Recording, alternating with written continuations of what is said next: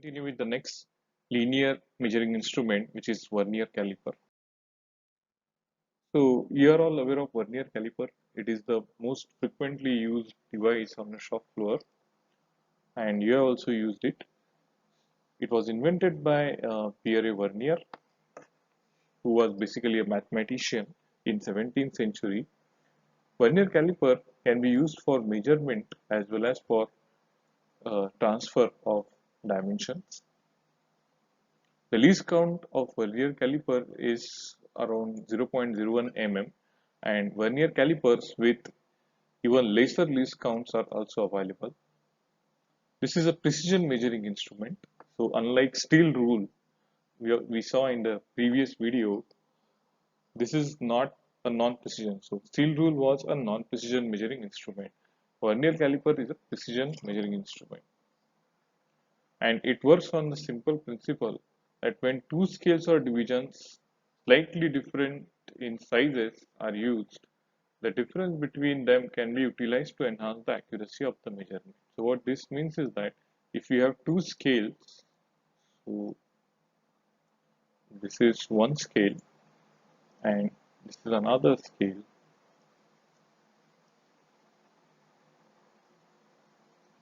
so their sizes are different, and what by sizes we mean that uh, so this is 0 to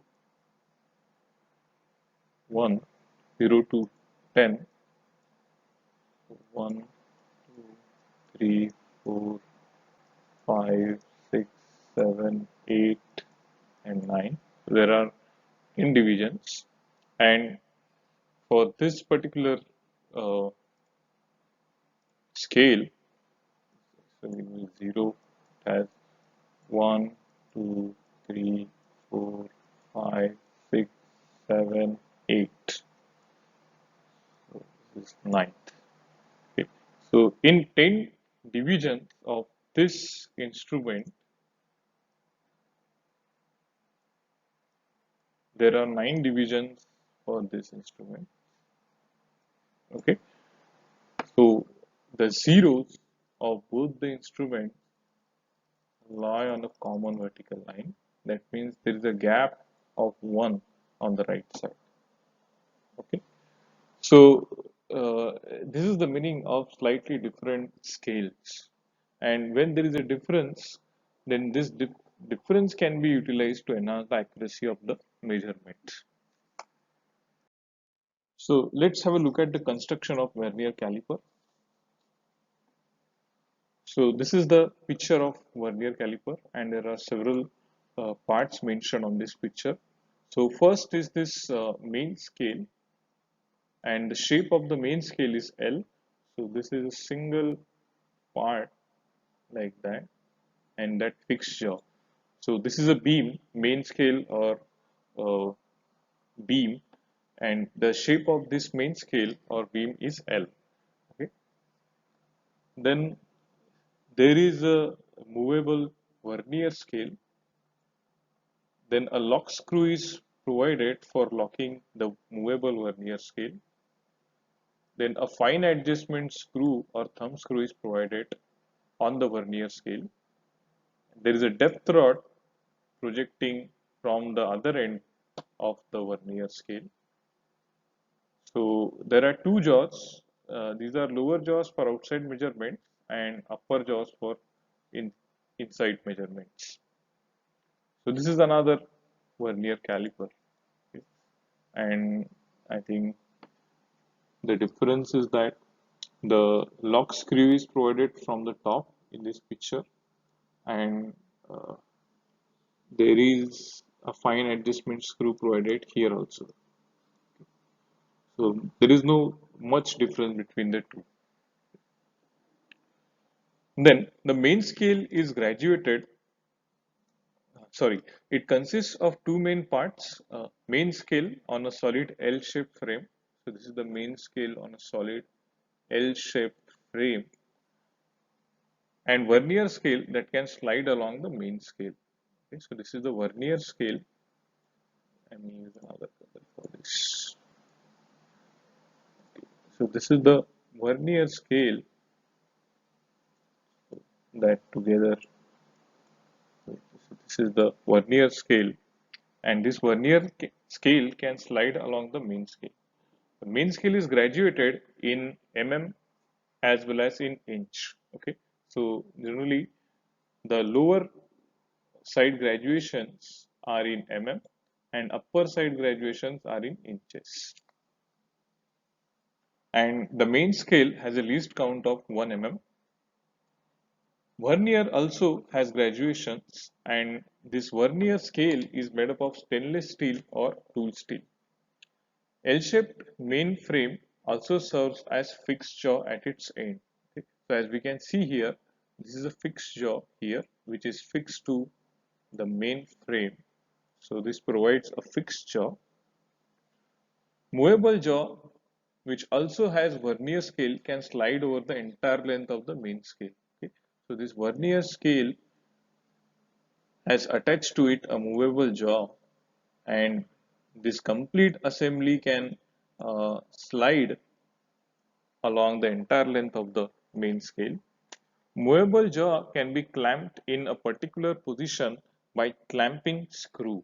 So this lock screw, also known as clamping screw, is provided so that this vernier scale or this movable jaw can be locked or secured at any position on the main scale.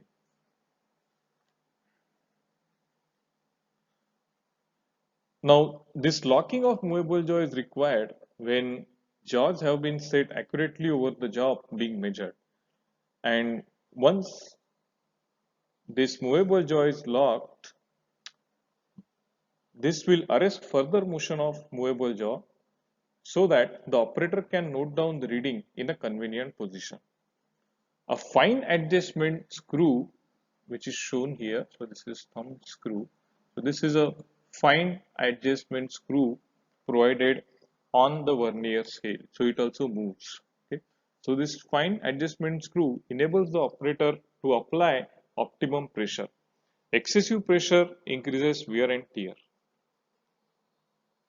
Excessive pressure causes wear and tear of the instrument, and if the job that that is held inside the jaws is delicate or fragile, then excessive pressure may damage that jaw.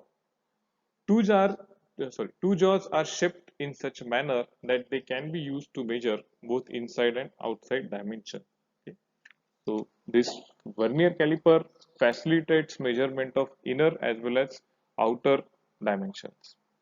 Whenever vernier slides over the main frame, a depth measuring blade also slides in and out of the beam.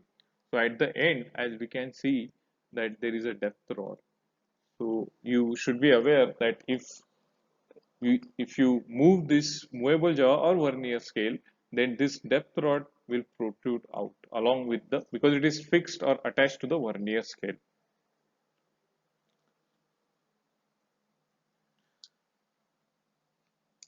And this is useful attachment for measuring depths to high degree of accuracy. So using that depth rod, we can measure the depths inside holes, recesses, grooves, etc.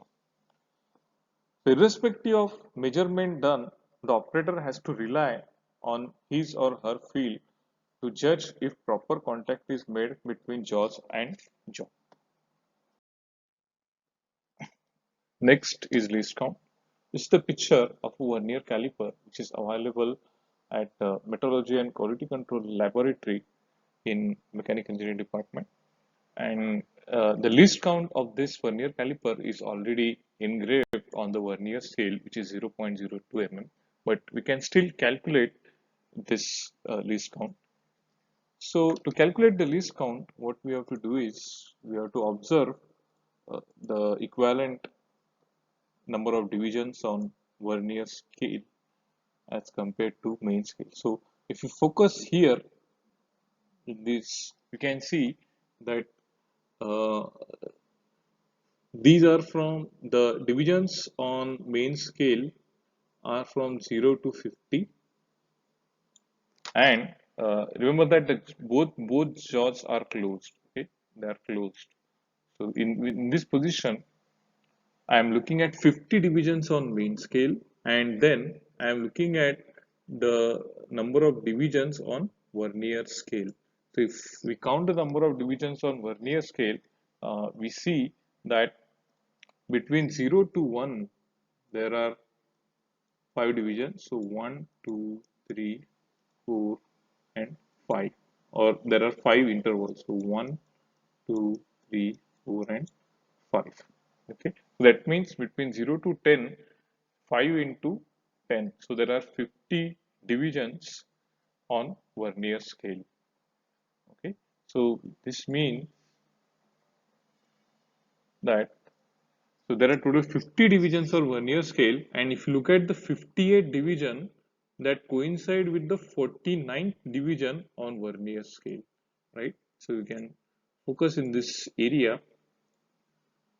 You can observe here that 49th division on main scale coincide with 58 division on vernier scale. So we can write this equation that 50 vernier scale divisions equal to 49 main scale divisions, and hence one vernier scale division is equals to 0.98 main scale division, and the formula of least count is 1 main scale division minus 1 vernier scale division. So the 1 main scale division is equals to 1 mm, hence 1 mm minus 1 vernier scale division is 0.98 mm, or 0.98 main scale divisions. So 1 minus 0.98 gives 0.02 mm. So that's how we can calculate the least count of the vernier caliper. Let's see how measurement is done using vernier caliper. A stepped component or a step bar is shown in this picture, and we are going to measure the dimension of this portion of the bar. To measure the diameter, first we should hold that component inside the jaws of the vernier caliper. As we are measuring outside diameter, we are using the lower jaws. Okay, and to start with, first one surface of this component is kept in touch with the fixed jaw. So this is the fixed jaw, and then the movable jaw is then moved towards the second or the other surface. Okay,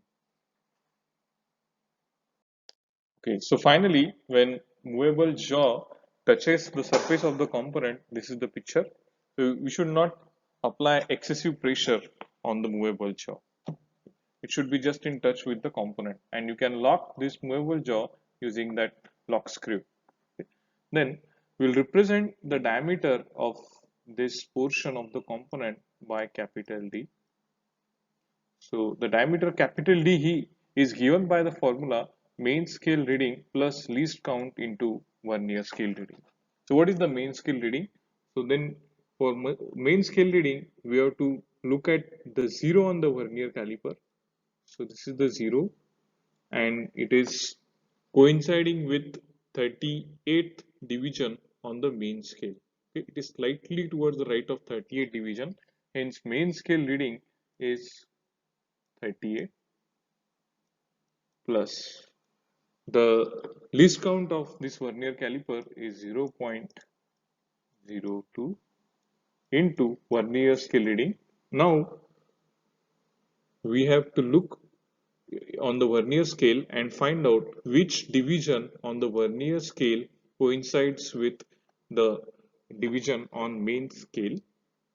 So I think this division, there is a parallax error here, but when I looked from the top, I found that this division which coincide with 70 line, so this is nothing but 32nd division. Okay, so from 0 to 6 there are 30 division, so 30 and 2 more, so 31, 32. So hence vernier scale reading is 32, and hence this is the calculation: 38 plus 0.02 into 32, so the diameter is 38.64 mm. So this is how we do measurement in vernier caliper. So this was for the outside diameter. For a detailed lab demonstration, go through this YouTube video link, and I will also embed this link in the corresponding classwork. So let's now measure inside diameter. So there is a hole, blind hole at the top of that component, and I have inserted the jaws, the upper jaws of the vernier calipers inside that hole to find out the inner diameter, and that's how the position looks like. Now we want to again find out uh, the reading of vernier caliper. So this time I will represent this inner diameter by small d, sorry, by small d. So small d is equals to again MSR plus least count into VSR. So mean scale reading, so 0 is coinciding with here. So 15 plus 160. So mean scale reading is 16 plus least count is 0.02 into vernier scale reading. Again, you have to find out which division to the right of 0 coincides with the main scale division. There is actually some parallax error, but when I look from the top, this division